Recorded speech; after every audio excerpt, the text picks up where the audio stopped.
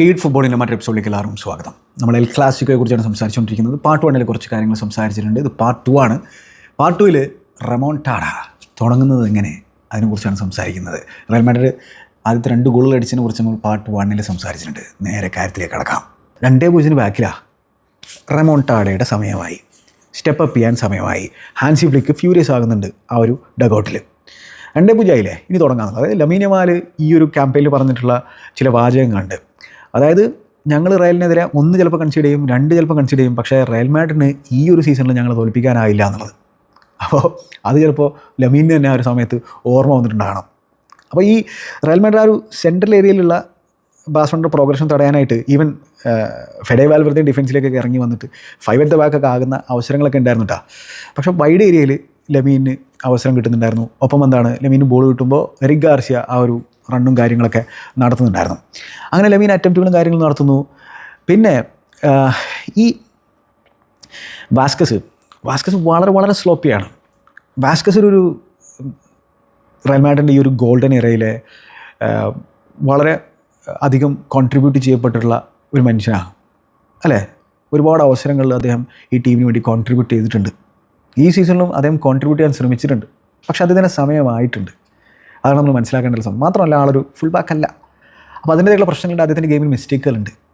അപ്പോൾ ആ ലൈം ലൈറ്റിൽ നിന്ന് അദ്ദേഹത്തെ മാറ്റി നിർത്തലായിരുന്നു സത്യം പറഞ്ഞാൽ കാർലോ അഞ്ചെലോട്ടി ചെയ്യേണ്ടിരുന്നത്. വീണ്ടും അതിലേക്ക് കൊണ്ടിട്ട് ഇടുന്നൊരു അവസരമാണ് നമ്മൾ കണ്ടത് അല്ലേ. അങ്ങനെ ആൾ മിസ്റ്റേക്കുകൾ വരുന്നുണ്ടായിരുന്നു. ആൾ ആ ബോൾ ഗിവ് അവേ ചെയ്യുന്ന അവസരങ്ങളുണ്ടായിരുന്നു. അത് 17ാമത്തെ മിനിറ്റിൽ ബോൾ അദ്ദേഹം പൊസിഷൻ ഗിവ് അവേ ചെയ്തത് റഫീനിയക്ക് കാര്യമായിട്ട് പ്രശ്നങ്ങൾ സൃഷ്ടിക്കാൻ സാധിച്ചില്ല. കാരണം അദ്ദേഹത്തിൻ്റെ കട്ട് ബാക്ക് അവിടെ ടീംമേറ്റ്സിനെ പിക്ക് ചെയ്തിട്ടുണ്ടായിരുന്നില്ല, ലെഫ്റ്റിൽ നിന്നുള്ള കട്ട് ബാക്ക്. പക്ഷേ അതിങ്ങനെ ഒരു ഗോൾ നമുക്കിങ്ങനെ മണക്കുന്നുണ്ടായിരുന്നു മിസ്റ്റേക്കിൽ നിന്ന്. അതേപോലെ തന്നെ എങ്ങനെയാണ് റയൽ മാഡ്രിഡ് ആദ്യത്തെ ഗോൾ കൺസീഡ് ചെയ്യുന്നത്. അപ്പോൾ അതിൽ കോർണർ എങ്ങനെയാണ് വന്നത്, കോർണർ ഇങ്ങനെ വന്നുകൊണ്ടിരിക്കുക. ജെറാഡ് മാർട്ടിൻ്റെ ഒരു സ്ട്രൈക്ക് ഉണ്ടായിരുന്നു. ഒരു കോർണറിൻ്റെ റീബൗണ്ട് ഔട്ട്സൈഡ് ദ ബോക്സിലേക്ക് വന്നപ്പോൾ ജെറാഡ് മാർട്ടിൻ്റെ ഒരു തണ്ടർ സ്ട്രൈക്ക്, അത് തിബോ കോർട്ടുവ പിന്നെ തട്ടി മാറ്റിയത്. What A strike man, great strike ആയിരുന്നു. ആ കോർണർ ബോക്സിലേക്ക് വരുമ്പോൾ Ferran Torres initial header win ചെയ്യുന്നു.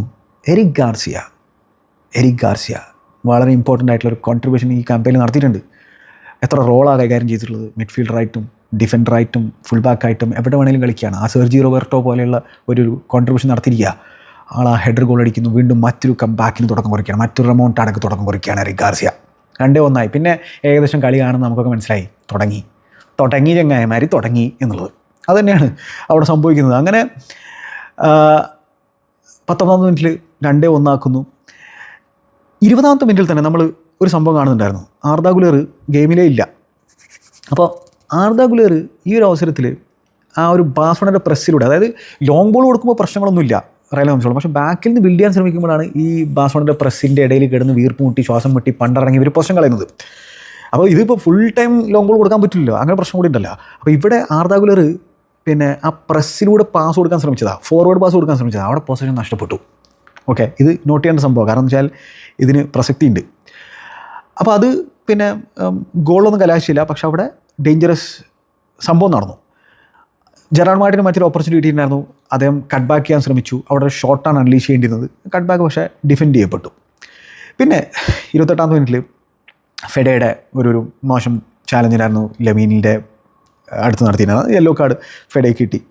32ാമത്തെ മിനിറ്റിൽ ഈക്വലൈസർ പറക്കുകയാണ്. അപ്പോൾ അത് എങ്ങനെയാണ് സംഭവിക്കുന്നത് വെച്ചാൽ, റയൽ മാഡ്രിഡിൻ്റെ ക്ലിയറൻസ് ലോങ് ബോൾ. അപ്പോൾ അത് ആ ഒരു ഹാഫിൻ്റെ അടുത്ത് ഫ്രങ്കി ഡി യോങ് ആണ് deepest midfielder. Frenkie D Yong അത് കൺട്രോൾ ചെയ്തു. അപ്പോൾ അദ്ദേഹത്തിൻ്റെ ഈ ഒരു ഏരിയയിൽ അത് തട്ടിയിട്ടുണ്ട്. ആ ഒരു സ്ലീവ് ആൻഡ് ചെസ്റ്റിൽ കൊണ്ടിട്ടുണ്ട്. അവിടെ യാതൊരു അപ്പീലോ റയൽ മാഡ്രിഡിൻ്റെ പ്ലേയേഴ്സിൻ്റെ ഭാഗത്ത് നിന്ന് വന്നിട്ടില്ല. അത് ആലോചിക്കണം. അദ്ദേഹത്തിൻ്റെ ചുറ്റിലും റയൽ മാഡ്രിഡ് പ്ലേയേഴ്സ് ഉണ്ട്. അത് സംഭവിക്കുമ്പോൾ അവരാരും ഒന്ന് ഹാൻഡ് ബോളിനായിട്ട് വാദിച്ചിട്ടില്ല എന്നുള്ള കാര്യം ഓർക്കേണ്ടതായിട്ടുണ്ട്. അങ്ങനെ അത് കഴിയുന്നു. ബോൾ ബാഴ്സലോണ മനോഹരമായിട്ട് ഇങ്ങനെ മൂവ് ചെയ്യുന്നു, ബ്യൂട്ടിഫുള്ളായിട്ട് ഇങ്ങനെ മൂവ് ചെയ്യുന്നു. അപ്പോൾ എന്നിട്ട് എന്താ സംഭവം എന്ന് വെച്ചാൽ, ഫെറാൻ്റെ മനോഹരമായിട്ടുള്ള കൺട്രോളും കാര്യങ്ങളൊക്കെ, ഫെറാനിലേക്ക് ആദ്യം ആ ബോൾ എത്തുമ്പോൾ ആൾ നല്ല രീതിയിൽ അത് കൺട്രോൾ ചെയ്തിട്ട് പിന്നെ ഡിഫൻഡറിൽ നിന്ന് മാറ്റിയിട്ട് ആ ബോൾ കീപ്പ് ചെയ്യുന്നു, പൊസിഷൻ കീപ്പ് ചെയ്യുന്ന സാഹചര്യമൊക്കെ ഉണ്ടായിരുന്നു. അങ്ങനെ അത് പെഡ്രിയിലേക്ക് എത്തി. കുറച്ച് മൂവൊക്കെ നടന്നതിന് ശേഷമാണ് പെഡ്രിയിലേക്ക് എത്തുന്നത്. പെഡ്രി എന്ത് ചെയ്തെന്ന് വെച്ചാൽ, ഓക്കെ പ്ലേയേഴ്സിനെ ബീറ്റ് ചെയ്യാം, ഗ്ലൈഡ് ചെയ്യാമല്ലോ, അതൊരു മനോഹരമായിട്ട് ഗ്ലൈഡ് ചെയ്യാൻ പറ്റുന്ന തരത്തിലുള്ള ചങ്ങായിയല്ലേ. അങ്ങനെ ഗ്ലൈഡ് ചെയ്ത് പോയിട്ട് ആൾ വീണ്ടും ഫെറാനെ പിക്ക് ചെയ്യണം ബോക്സിൽ. ഫെറാനെ സംബന്ധിച്ചിടത്തോളം ഇനി എന്ത് ചെയ്യണം എന്നുള്ള, കാരണം അവിടെ ഷോർട്ട് അൺലീഷ് ചെയ്ത് കഴിഞ്ഞാൽ ബ്ലോക്ക് ചെയ്യപ്പെടും. അപ്പോഴാണ് അതിങ്ങനെ ലമീനിന് ഇങ്ങനെ വെച്ചു കൊടുക്കുന്നത്. ലമീൻ എന്നിട്ട് പ്രൊഡ്യൂസ് ചെയ്തുള്ള finish was class. Finesse, beautiful finish. അതായത് ഇന്റർ മിലാനെതിരെ ചങ്ങായി അതേ രീതിയിൽ ഗോൾ അടിക്കുന്ന നമ്മൾ കണ്ടു. ഇപ്പോൾ തിബോ കോർട്ട് വെച്ച് ആടി നോക്കിയ രക്ഷയില്ല. വാട്ട് എ ഫിനിഷ് മാൻ. അതായത് ലമീൻ യമാലിൻ്റെ ഗെയിമിൽ ഏറ്റവും കൂടുതൽ ഇമ്പ്രൂവ്മെൻറ്റ് വരേണ്ടതായിട്ടുള്ള സംഭവം ഈ ഫിനിഷിങ്ങിലാണ്. അതും ഇങ്ങനെ ഇമ്പ്രൂവ് ആയിക്കൊണ്ടിരിക്കുക. 18 പോലും തികഞ്ഞിട്ടില്ല ചെക്കൻ എന്നുള്ള കാര്യം ഓർക്കണം. ഇത് വേറെ ലെവലിൽ ചെക്കനെ കുറിച്ചാണ് നമ്മൾ സംസാരിച്ചുകൊണ്ടിരിക്കുന്നത്. ലമീൻ യമാലും ഒരുപാട് പ്രതീക്ഷ കൊടുക്കുന്നുണ്ട്. ബാഴ്സലോണ ഫാൻസ് സംബന്ധിച്ചോളം അവരുടെ സ്വന്തം ചെക്കനാ, ലാമാസിയ ഉൽപ്പന്ന. എന്താ കളി. അതായത് ആളുടെ ചില സ്റ്റാറ്റ്സുകൾ ഞാൻ പറയാം. അത് ഈക്വലൈസറാണ്, അതിനുശേഷം അദ്ദേഹം ഇമ്പാക്റ്റ് ഉണ്ടാക്കിയിട്ടുണ്ട്. പക്ഷേ ആളുടെ ചില സ്റ്റാറ്റ്സുകൾ നോക്കിക്കഴിഞ്ഞാൽ ഈ ഒരു ക്യാമ്പയിൻ യൂറോപ്പിലെ ടോപ്പ് 7 ലീഗുകൾ എടുത്തു കഴിഞ്ഞാൽ ഏറ്റവും കൂടുതൽ ഡ്രിബിളുകൾ കംപ്ലീറ്റ് ചെയ്തിട്ടുള്ള ആൾ ഈ ചങ്ങായ. ഏറ്റവും കൂടുതൽ ഡ്രിബിളുകൾ അറ്റംപ്റ്റ് ചെയ്തുള്ള ചങ്ങായ. ഒബ്വിയസ്ലി കംപ്ലീറ്റ് ചെയ്യണമെങ്കിൽ അറ്റംപ്റ്റ് ചെയ്യണമല്ലോ. ഏറ്റവും കൂടുതൽ ഒഫെൻസീവ് ഡ്യൂലുകൾ വിൻ ചെയ്തിട്ടുള്ള ആളും ലമീൻ യമാലാണ്. ഏറ്റവും കൂടുതൽ പാസുകൾ പെനാൽറ്റി ഏരിയയിലേക്ക് കൊടുത്തിട്ടുള്ള ആൾ ലമീൻ യമാലാണ്. ഏറ്റവും കൂടുതൽ സക്സസ്ഫുൾ അറ്റാക്കിംഗ് ആക്ഷൻസ് നടത്തിയിട്ടുള്ള ആൾ ലമീൻ യമാല. 18 പോലും തികഞ്ഞിട്ടില്ല. പല ബിഗ് മത്സരങ്ങളിലും ഡിസൈസീവായിട്ടുള്ള ആക്ഷൻസ് നടത്തുകയാണ് ചങ്ങായി. എന്താല്ലേ, what a player man, what a player. ഇതോടൊപ്പം തന്നെ ആളുടെ ട്രിവേല പാസുകളുണ്ട്. വെറുതെ ഒന്നല്ല ഞാൻ ട്രിവേല യമാൽ എന്നുള്ളതൊക്കെ വിളിച്ചിട്ടുണ്ടായിരുന്നത്. അതായത് എത്ര ഡിഫിക്കൽട്ടാണ് ട്രിവേല പാസുകൾ എന്നറിയോ. ഔട്ട് സൈഡ് ഫുട്ട് കൊണ്ട് കൊടുക്കുക എന്ന് പറഞ്ഞാൽ, അതും ആക്യുറേറ്റ് കൊടുക്കുക എന്ന് പറഞ്ഞാൽ ഭയങ്കര ബുദ്ധിമുട്ടുള്ള. ഒന്ന് ട്രൈ ചെയ്ത് നോക്കിയാൽ മതി. ചെയ്യാനൊക്കെ പറ്റും, ചെയ്യാൻ പറ്റാത്ത സംഭവമല്ല. പക്ഷേ അതൊരു സൊല്യൂഷനായിട്ട്, വെറുതെ ചെയ്യല്ലല്ലോ, അതൊരു സൊല്യൂഷനായിട്ട് ആ രീതിയിൽ ക്രോസുകൾ പിൻ പോയിൻ്റ് ആക്യുറസിയിൽ കൊടുക്കുക, ത്രൂ ബോളുകൾ കൊടുക്കുക എന്നൊക്കെ പറഞ്ഞു കഴിഞ്ഞാൽ ഭയങ്കര സംഭവം. ഇനി ഈ മത്സരത്തിൽ ഒരു മനോഹരമായിട്ടുള്ള അസിസ്റ്റ് ആ രീതിയിൽ പുൾ ഓഫ് ചെയ്ത് നമ്മൾ കണ്ടു. ലുക്കിറ്റ് അതിൻ്റെ ഉസ്താദാണ് നമുക്കറിയുന്നതാണ്. ഇപ്പോൾ ട്രിവേല യമാൽ ഇതിൻ്റെ ഉസ്താദായിട്ട് മാറിക്കൊണ്ടിരിക്കുകയാണ്. എന്താ ട്രിവേലകൾ. അതായത് 2 ആ രീതിയിലുള്ള ട്രിവേലകൾ ചങ്ങായിക്ക് അസിസ്റ്റ് നഷ്ടപ്പെട്ടു. റഫീനെ ഫിനിഷ് ചെയ്തിരുന്നെങ്കിൽ, റഫീനെ മത്സരത്തിന് ശേഷം പറഞ്ഞു മാൻ ഓഫ് ദ മാച്ച് അവാർഡൊക്കെ ചങ്ങായി കൊടുത്തപ്പോൾ 2 ഗോൾ ചങ്ങായി അടിച്ചിട്ടുണ്ട്. പക്ഷേ ഞാൻ കുറേ ചാൻസുകൾ മിസ്സാക്കി, അത് ഫെഡറിക്കോക്ക് കൊടുത്താൽ മതിയായിരുന്നു എന്നുള്ള രീതിയിൽ അദ്ദേഹം പറഞ്ഞിട്ടുണ്ടായിരുന്നു. പക്ഷേ ലമീൻ ഒരു രക്ഷയില്ല മക്കളെ, ഒരു രക്ഷയില്ല. ഒപ്പം പെഡ്രിയും. പക്ഷെ അതോടൊപ്പം തന്നെ ഞാൻ പറഞ്ഞല്ലോ, ഫ്രാങ്കിയുടെ ഗെയിം വാസ് അൺബിലീവബിൾ. അപ്പോൾ ഫ്രാങ്കിക്കും ആ ക്രെഡിറ്റ് കൊടുക്കണം ആ പെർഫോമൻസിന്. അങ്ങനെ ഈക്വലൈസർ അടിക്കുന്നു. ഈക്വലൈസർ അടിച്ച് അധികം വൈകാതെ തന്നെ ലീഡും എടുക്കുകയാണ്. അതായത് റയൽ മാഡ്രിഡ് എത്രത്തോളം വൾണറബിളാണ് എന്നുള്ളതാണ് നമുക്കിതിൽ മനസ്സിലാക്കാൻ സാധിക്കുന്നത്. അവരുടെ ആ ഒരു കംപ്ലീറ്റ് ഈ ബാഴ്സലോണ അവർക്കെതിരെ ഗോളുകൾ അടിക്കുമ്പോൾ അവരങ്ങോട്ട് പതറിപ്പോവാണ്. അവരെ കൊണ്ട് കണ്ടെയ്ൻ ചെയ്യാൻ സാധിക്കുന്നില്ല. നമുക്കറിയാം അവിടെ എന്താ പറയുക, ടോപ്പ് പ്ലെയേഴ്സ് ഉണ്ട്. പക്ഷേ അഗെയിൻ അവിടെ ലീഡർഷിപ്പിൻ്റെ ഒരു അഭാവം ഉണ്ടോ എന്നുള്ളൊരു തോന്നൽ എനിക്ക് തോന്നുന്നുണ്ട്. ലുക്കിറ്റി ഒന്നും ഗ്രൗണ്ടിൽ ഉണ്ടായിരുന്നില്ല. അത് നമ്മൾ ആലോചിക്കേണ്ട സംഭവമാണ്. എങ്ങനെയാണ് ആ 3ാമത്തെ ഗോൾ സംഭവിക്കുന്നത് വെച്ചാൽ അതൊരു കലാമിറ്റി. അതായത് ആ ഹാഫിലിൻ്റെ അടുത്ത് എംബാപ്പയും സെബയോസും കൂടിയിട്ട് കെട്ടിപ്പിടിക്കുക. എംബാപ്പെ ബോളിൽ കൺട്രോൾ ചെയ്യാൻ ശ്രമിക്കുമ്പോൾ സെബയോസും കൂടി അതേ ബോളിലേക്ക് വരിക. സെബയോസിൻ്റെയൊക്കെ ഓഫുൾ ഫസ്റ്റ് ഹാഫ് ആയിരുന്നു. അതിൽ കെട്ടിപ്പിടിക്കുന്നതിൻ്റെ ഇടയിൽ ഇവരെ കെട്ടിപ്പിടിച്ചുകൊണ്ടിരിക്കുമ്പോൾ പെഡ്രി വന്നിട്ട് ബോൾ ഞാനും കൊണ്ടുപോകാമെന്ന് പറഞ്ഞിട്ട് പുള്ളി ഇവിടെ ബോൾ അനായാസമായിട്ട് വിൻ ചെയ്തിട്ട് അത് റഫീനിക്ക് പാസ് ചെയ്ത് കൊടുക്കുകയാണ്. അവിടെ വാസ്കസ് എവിടെ നിങ്ങൾ എവിടെയാണ്, എന്താ പരിപാടി? ഇപ്പോൾ ഒരു ഗോൾ കൺസിഡർ ചെയ്തിട്ടുള്ളൂ, ഒന്ന് ഡിഫെൻഡ് ചെയ്യും, നിങ്ങൾ ഡിഫൻഡറാ, റൈറ്റ് ബാക്കാ. പിന്നെ സെബയോസും എംബാപ്പയും കൂടി എന്ത് തേങ്ങയാണോ ചെയ്തിട്ടുണ്ടായിരുന്നത്, 2 പേരും കൂടിയിട്ടുള്ള കൊളീഷൻ. അവിടെ അത് മുതലെടുത്തത് പെഡ്രി ഗോളും വിൻ ചെയ്തിട്ട് നിങ്ങളവിടെ കെട്ടിപ്പിടിച്ച് നിൽക്ക്, ഞാനിവിടെ പരിപാടി നടത്തിയിട്ട് വരാമെന്നുള്ള റഫീനെ കൊടുക്കുന്നു. റഫീനയുടെ finish was unbelievable. Great finish, fantastic finish. ഈ ഒരു സീസണിൽ റഫീന ഉണ്ടാക്കിയിട്ടുള്ള ഇമ്പാക്റ്റ് ചെറുതല്ല. അതായത് റഫീനയുടെ ഇമ്പാക്റ്റിനെ ചിലപ്പോൾ ചില ആളുകൾ കുറച്ച് കാണാൻ ശ്രമിക്കും. അതുകൊണ്ട് ഞാനൊരു സ്റ്റാറ്റ് പറയാം. അതായത് റഫീനയുടെ ബിഗ് ഗെയിമിലെ സ്റ്റാറ്റ് മാത്രം ഞാൻ പറയാം. റയൽ മാഡ്രിഡിനെതിരെ 7 ഗോൾസ് ആൻഡ് അസിസ്റ്റ്, ബെൻഫിക്കയ്ക്കെതിരെ 6 ഗോൾസ് ആൻഡ് അസിസ്റ്റ്, ചാമ്പ്യൻസ് ലീഗിലാണ് ഡോട്ട്മുണ്ടിനെതിരെ 4 ഗോൾസ് ആൻഡ് അസിസ്റ്റ്. വളരെ ഇമ്പോർട്ടൻ്റ് ആയിട്ടുള്ള മൊമെൻറ്റ്സിൽ അതൊക്കെ വന്നിട്ടുള്ളത്. ബയേണിനെതിരെ 3 ഗോൾസ് ആൻഡ് അസിസ്റ്റ്, അത്ലറ്റിക്കോക്കെതിരെ 3 ഗോൾസ് ആൻഡ് അസിസ്റ്റ്, ഇന്റർ മിലാനെതിരെ 2 ഗോൾസ് ആൻഡ് അസിസ്റ്റ്. ഇത് ഗോൾസ് ആൻഡ് അസിസ്റ്റ് എന്ന് പറഞ്ഞു കഴിഞ്ഞാൽ ഒബ്വിയസ്ലി അതിൽ ചില ഗോളും അസിസ്റ്റും പെടുട്ടാ. അതേപോലെ അറ്റ്ലാന്റിക്കെതിരെ 2 ഗോൾ കോൺട്രിബ്യൂഷൻസ്. അപ്പോൾ ഈ രീതിയിൽ 8 സീസണാണ് റഫീനെ പുൾ ഓഫ് ചെയ്തിട്ടുള്ളത്. Great individual season. ലമീനും റഫീനിയും തമ്മിലുള്ള ആ ഒരു സിങ്ക്, ആ ഒരു റിഥം ആബ്സല്യൂട്ട്ലി മാഗ്നിഫിസൻ്റ് ആയിരുന്നു.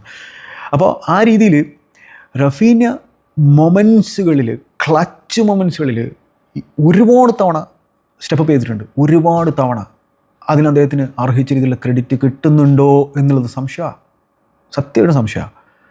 അപ്പോൾ അങ്ങനെ അവിടെ റയൽ മാഡ്രിഡിൻ്റെ മിസ്റ്റേക്കാണ്. ആ മിസ്റ്റേക്ക് മനോഹരമായിട്ട് അതിനെ ക്യാപിറ്റലൈസ് ചെയ്യാൻ ബാഴ്സലോണയ്ക്ക് സാധിക്കുകയാണ്. 3-2 മറ്റൊരു സംഭവം നടന്നത് എന്താണെന്ന് വെച്ച് കഴിഞ്ഞാൽ, ബാഴ്സലോണയെ സംബന്ധിച്ചിടത്തോളം അവർ വിചാരിച്ചു അവരൊരു പെനാൽറ്റി കൺസിഡർ ചെയ്യുന്നുള്ളത്. സത്യം പറഞ്ഞാൽ ഫ്രങ്കി വിചാരിച്ചിട്ടില്ല. കാരണം അവിടെ ഫ്രങ്കി കോൺടാക്റ്റ് നടത്തിയിട്ടേ ഇല്ല എന്നുള്ള കാര്യം ഓർക്കേണ്ടതായിട്ടുണ്ട്. അപ്പോൾ അത് സംഭവിക്കുന്നത് എത്രാമത്തെ മിനിറ്റിലാണ്? അത് 40 മിനിറ്റൊക്കെ കഴിഞ്ഞു. പെനാൽറ്റി റിവേഴ്സ് ചെയ്യപ്പെടുക. അതിനുള്ള സാഹചര്യം എങ്ങനെയാണെന്ന് വെച്ച് കഴിഞ്ഞാൽ, ലോങ് ബോൾ വരുന്നു. റയലിനെ സംബന്ധിച്ചോളം അതാണ് അവരുടെ മെയിൻ ടാക്ടിക്സ് ഉണ്ടായിരുന്നത്. സെക്കൻഡ് ബോൾ അവിടെ റയൽ മാഡ്രിഡ് വിൻ ചെയ്യാണ്. എന്നതിന് ശേഷം വിനി ജൂനിയറിനെ പിക്ക് ചെയ്യുന്നു. അപ്പോൾ ഈ ഹൈലൈനെ ബ്രീച്ച് ചെയ്യണമെങ്കിൽ ഞാൻ തുടക്കം മുതലേ പറയുന്നതാണ്, സെപ്പറേറ്റ് റണ്ണേഴ്സ് ഉണ്ടെങ്കിൽ ഭയങ്കര ബുദ്ധിമുട്ടാണ്. 2 റണ്ണർമാരുണ്ടായ ഒരു റണ്ണർക്ക് വേണ്ടിയിട്ടേ നമുക്ക് ആ ഒരു ട്രാപ്പ് ഇടാൻ പറ്റുള്ളൂ. മറ്റേ റണ്ണർ ഡീപ്പായിട്ട് റൺ നടത്തി കഴിഞ്ഞാൽ പണി കിട്ടും. അപ്പോൾ ഇവിടെ ജൂഡിൻ്റെ റണ്ണാണ് വിനി പിക്ക് ചെയ്യുന്നത്. ജൂഡ് അത് കട്ട് ബാക്ക് ചെയ്ത് കൊടുക്കുന്നു. നമ്മുടെ എംബാപ്പയുടെ ടച്ച് ഹെവി ആയിരുന്നു, വിചാരിച്ച പോലത്തെ ടച്ച് ആയിരുന്നില്ല. ഫ്രങ്കി അവിടെ ടാക്കിൾ ചെയ്യാൻ പോയി കാല് തിരിച്ചെടുത്തു. നമ്മുടെ ചങ്ങായി ഡൈവ് ചെയ്തു. എംബാപ്പെ ഓൾറെഡി 2 ഗോൾ അടിച്ചിരിക്കുക, മൂപ്പര് ഡൈവ് ചെയ്തു. എന്നിട്ട് പെനാൽറ്റിക്ക് വേണ്ടിയിട്ട് അപ്പീൽ നടത്തുന്നു. ഫ്രങ്കി 100% ഷുവറായിരുന്നു. ഹെർണാണ്ടസ് കാതറാൻ അവിടെ ഒന്നും ചിന്തിക്കാതെ തന്നെ പെനാൽറ്റി കൊടുത്തുട്ടാ. അവിടെ മൂപ്പർക്ക് ഒന്നും ചിന്തിക്കേണ്ട ആവശ്യമൊന്നും ഉണ്ടായിരുന്നില്ല. അവിടെ മൂപ്പര് നേരെ പെനാൽറ്റി കൊടുത്തു. അത് ക്ലീൻ ഡൈവാ. പക്ഷേ അവിടെ പിന്നെ നോക്കിയപ്പോൾ എന്താ സംഭവം എന്ന് വെച്ചാൽ, ഞാൻ വിചാരിച്ചത് റഫറി സ്ക്രീനിൽ പോയി നോക്കിയിട്ട് ആ പെനാൽറ്റി ചിലപ്പോൾ റിവേഴ്സ് ചെയ്യുന്നുള്ളതാണ് ഡിസിഷൻ. അതിൻ്റെ ഒന്നും ആവശ്യം വന്നില്ല. ജൂഡ് ബെല്ലിംഗാം അവിടെ ഓഫ് സൈഡ് ആയിരുന്നു. അതുപോലെ മില്ലിമീറ്റേഴ്സ് ഓഫ് സൈഡ്, അദ്ദേഹത്തിൻ്റെ തലയുടെ ഏതോ ഭാഗം ഓഫ് സൈഡ് ആയിരുന്നു. പക്ഷേ അവിടെ സത്യം പറഞ്ഞാൽ ഡൈവിന് എംബാപ്പയ്ക്ക് യെല്ലോ കൊടുക്കണം. അത് ക്ലിയറായിട്ട് കാല് തിരിച്ചെടുക്കുന്നുണ്ട് ഫ്രാങ്കി ഡി യോങ്, ക്ലിയറായിട്ട്. അപ്പോൾ അവിടെ മുതലെടുക്കാണല്ലേ എന്നുള്ള രീതിയിൽ ഡൈവ് ചെയ്ത് നോക്കിയതാ നമ്മുടെ ചങ്ങായി എംബാപ്പെ. എന്തായാലും അത് ഓഫ് സൈഡ് ആയിപ്പോയി. പക്ഷേ ഹെർണാണ്ടസിൽ അത് പെനാൽറ്റി ആണെന്നുള്ളത് നേരത്തെ തന്നെ ബോധ്യപ്പെട്ടിട്ടുണ്ടായിരുന്നു. അതെങ്ങനെയാണെന്ന് എനിക്കൊരു പിടുത്തം കിട്ടിയില്ല. ഇതിനു മുമ്പ് മറ്റൊരു പ്രധാനപ്പെട്ട ഇൻസിഡൻറ്റ് 37-ാം മിനിറ്റിൽ നടന്നിട്ടുണ്ടായിരുന്നു. ഇവിടെയാണ് ഏറ്റവും സ്കാൻഡലസ് ആയിട്ടുള്ള ഡിസിഷൻ, ഏറ്റവും മോശം ഡിസിഷൻ ഈ മത്സരത്തിൽ നടന്നിട്ടുള്ളത്.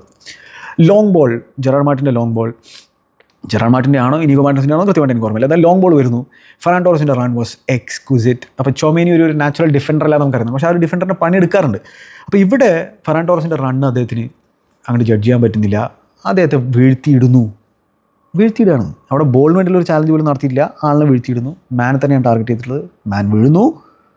അവിടെ യെല്ലോ മാത്രമേ ചൊമേനിക്ക് കിട്ടിയിട്ടുള്ളൂ. ക്ലീൻ റെഡ് കൊടുക്കേണ്ട തരത്തിലുള്ള സംഭവം. കാരണം എന്ന് വെച്ചാൽ ചിലരൊക്കെ പറയുന്നതെന്ന് വെച്ചാൽ ഒരു വാദത്തിനായിട്ട് ഉന്നയിക്കുന്നത് ഗോളിൽ നിന്നും എവേയിലേക്കാണ് ഫെറാൻ ടോറസ് പോകുന്നുള്ളത്. ഒരു ടച്ച് എടുത്ത് കഴിഞ്ഞാൽ അത് 1v1 ആയി. ഒരൊറ്റ ടച്ച് മതി ഫെറാന് അത് കോർട്ടുമായിട്ട് 1v1 ആകാനായിട്ട്.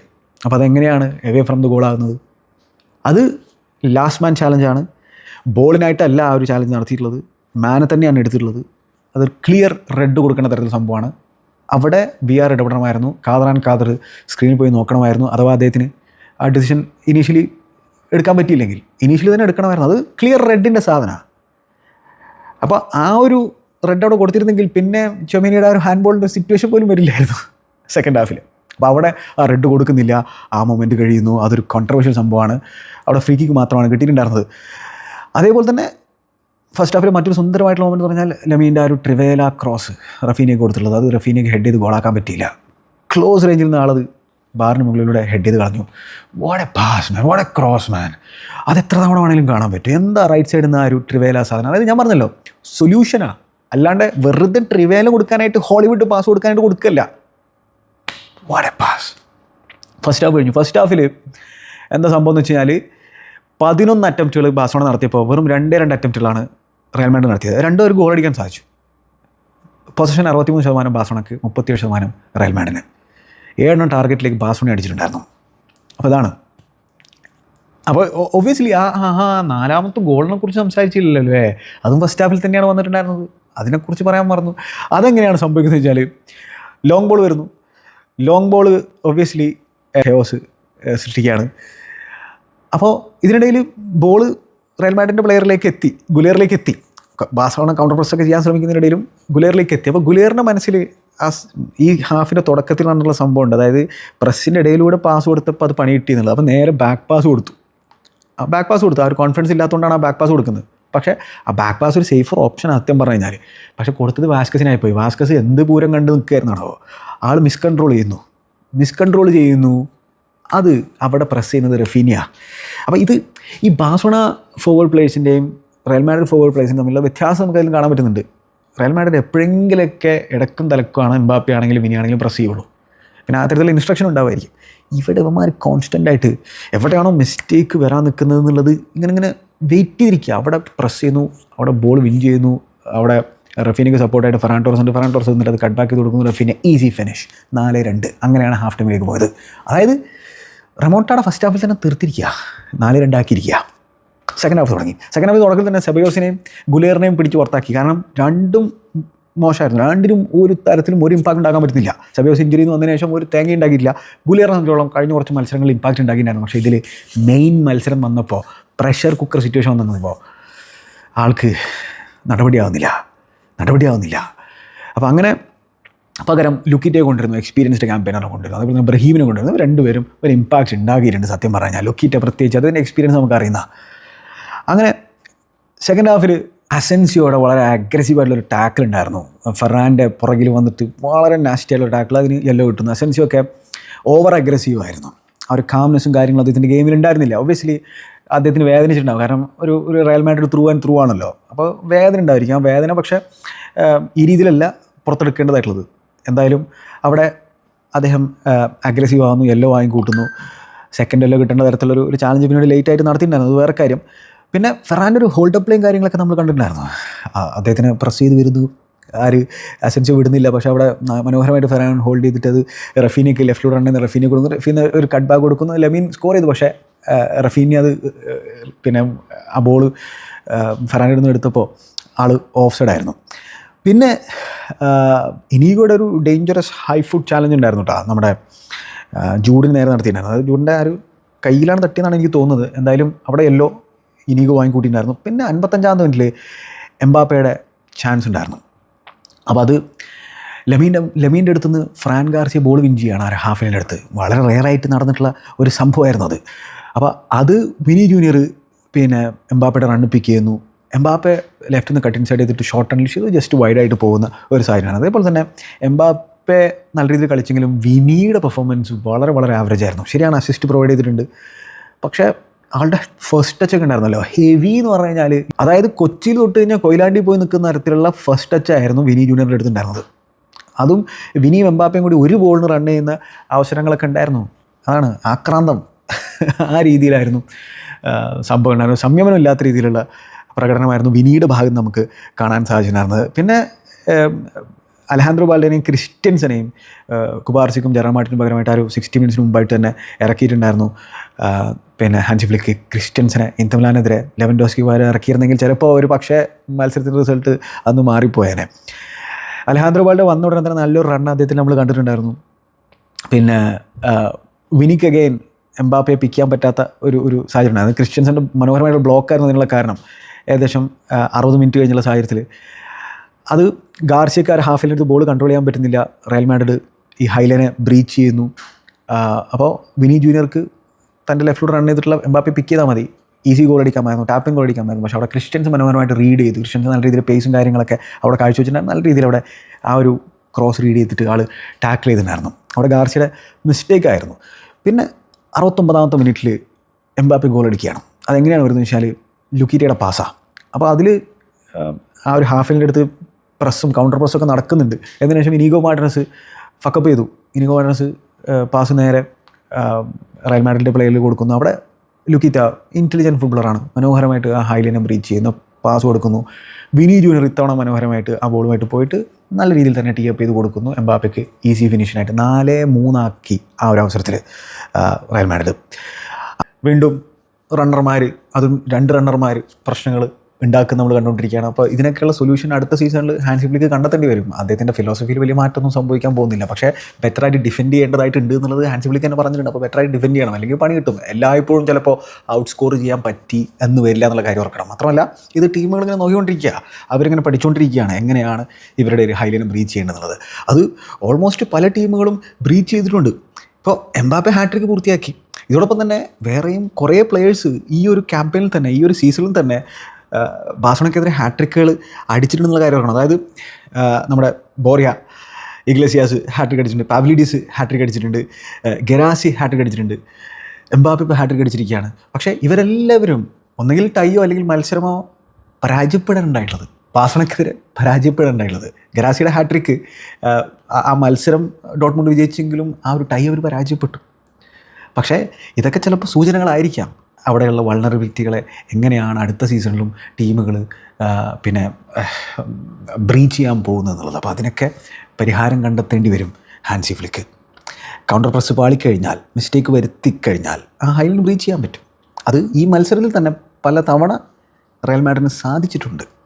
എന്തായാലും എംബാപ്പയെ സംബന്ധിച്ചിടത്തോളം ആളുടെ ഈ ഫസ്റ്റ് സീസൺ നമ്മൾ ആൾക്ക് അഡാപ്റ്റ് ചെയ്യാനുള്ള ഒരു സമയം കൂടി ആവശ്യമുള്ളതായിട്ടുള്ളൊരു സീസണാണെന്ന് കൂടി കൺസിഡർ ചെയ്യുമ്പോൾ ഒരു ജെനുവൻലി ഇൻഡിവിജ്വലി ആളുടെ സീസൺ നോക്കിക്കഴിഞ്ഞാൽ നല്ലൊരു സീസണാണ്.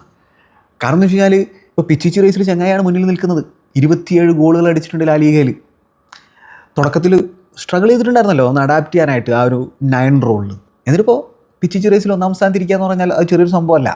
അതോടൊപ്പം തന്നെ മൊത്തത്തിൽ ഓൾ കോമ്പറ്റീഷൻസിൽ അദ്ദേഹത്തിൻ്റെ റെക്കോർഡ് നോക്കിക്കഴിഞ്ഞാൽ 38 ഗോളുകൾ ഈ ഒരു ക്യാമ്പയിനിൽ അടിച്ചിട്ടുണ്ട് 53 മത്സരങ്ങളിൽ നിന്ന്. അതും ചെറിയൊരു കാര്യമല്ല.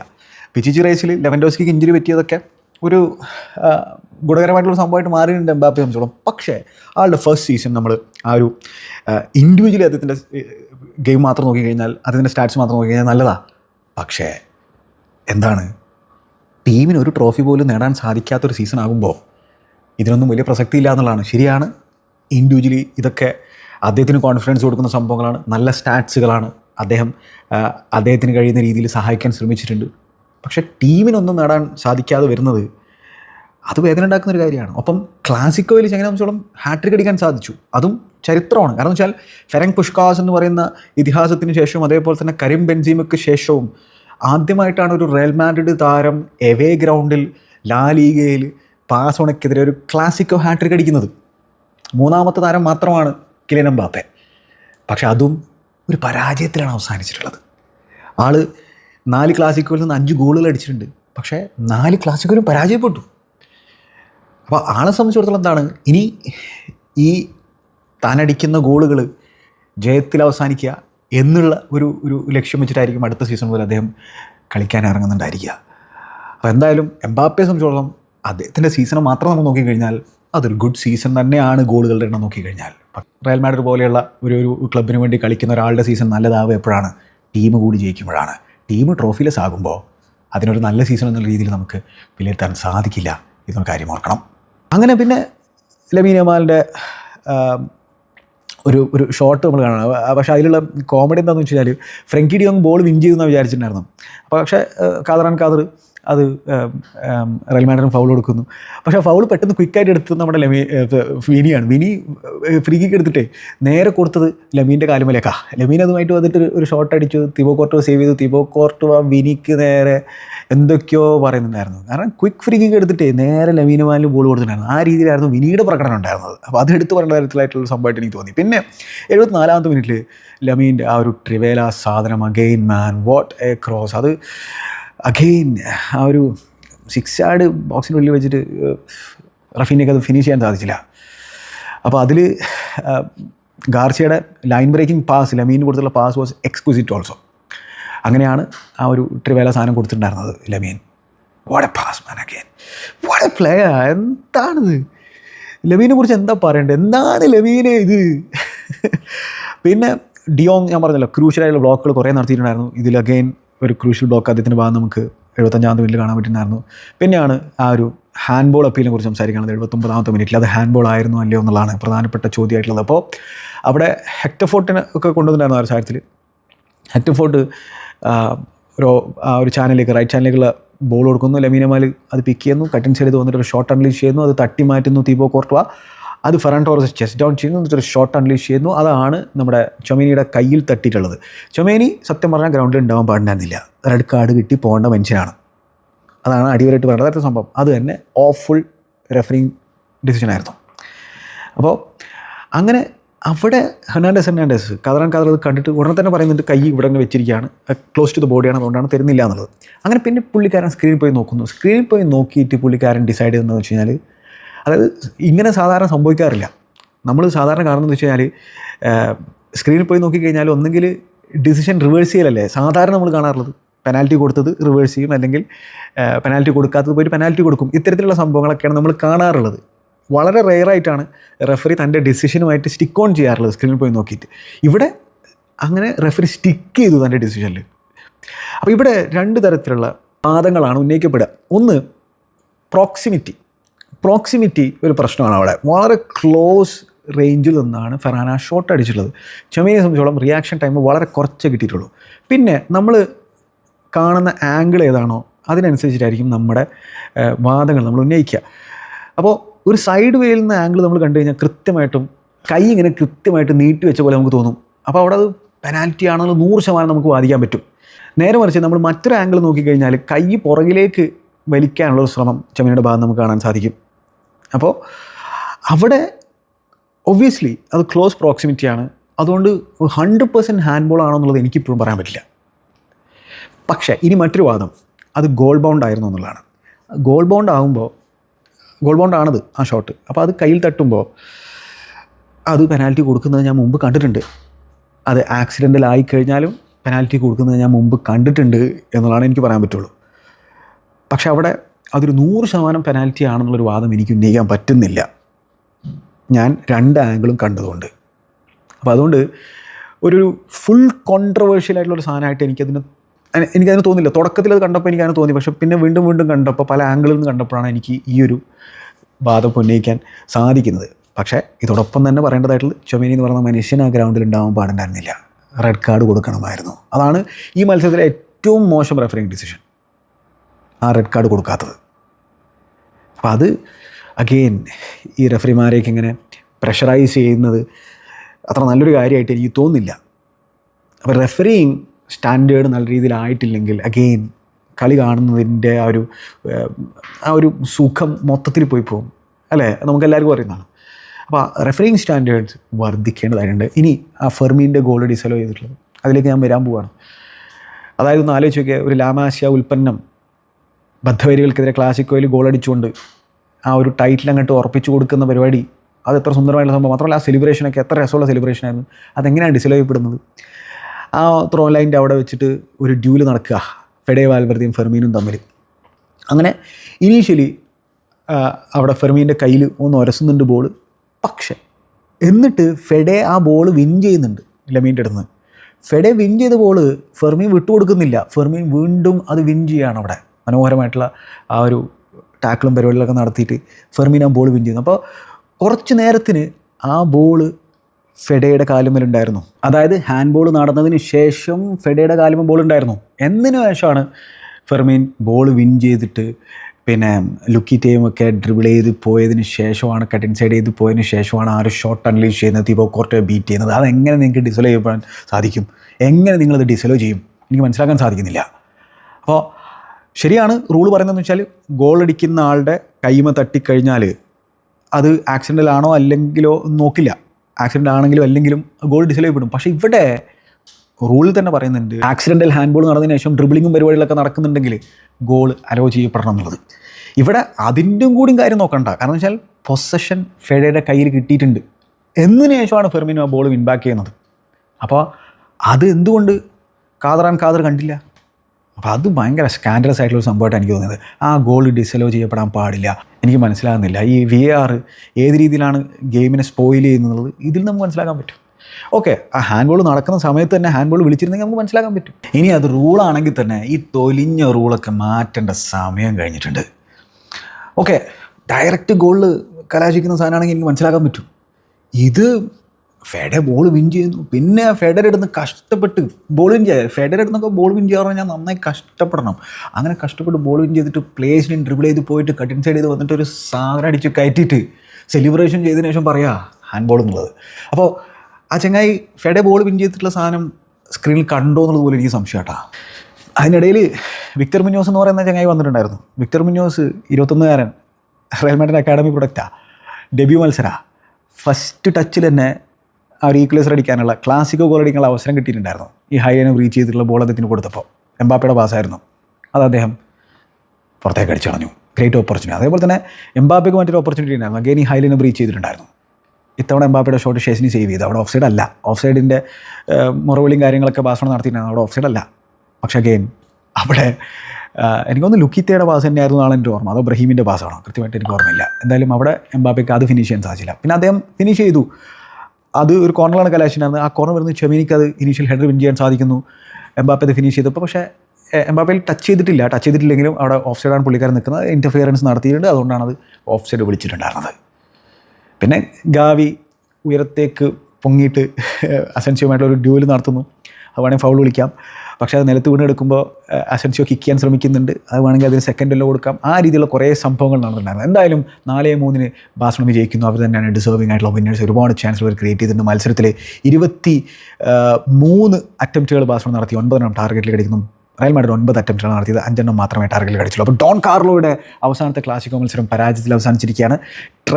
ഡൊമസ്റ്റിക് ട്രബിൾ നേട്ടം ബാഴ്സലോണ നേടിയെടുത്തിരിക്കുകയാണ്. എന്തായാലും ബാഴ്സലോണ റയൽ മാഡ്രിഡിനെതിരെ ഈ ഒരു ക്യാമ്പയിനിൽ 4 മത്സരങ്ങളിൽ നിന്ന് 16 ഗോളുകൾ അടിച്ചു. ഈ 16 ഗോളുകളിൽ 11 ലമീൻ യമാലിൻ്റെയോ റഫീനയുടെയോ കോൺട്രിബ്യൂഷൻ ഉണ്ട് എന്നുള്ള കാര്യം ഓർക്കേണ്ടതായിട്ടുണ്ട്.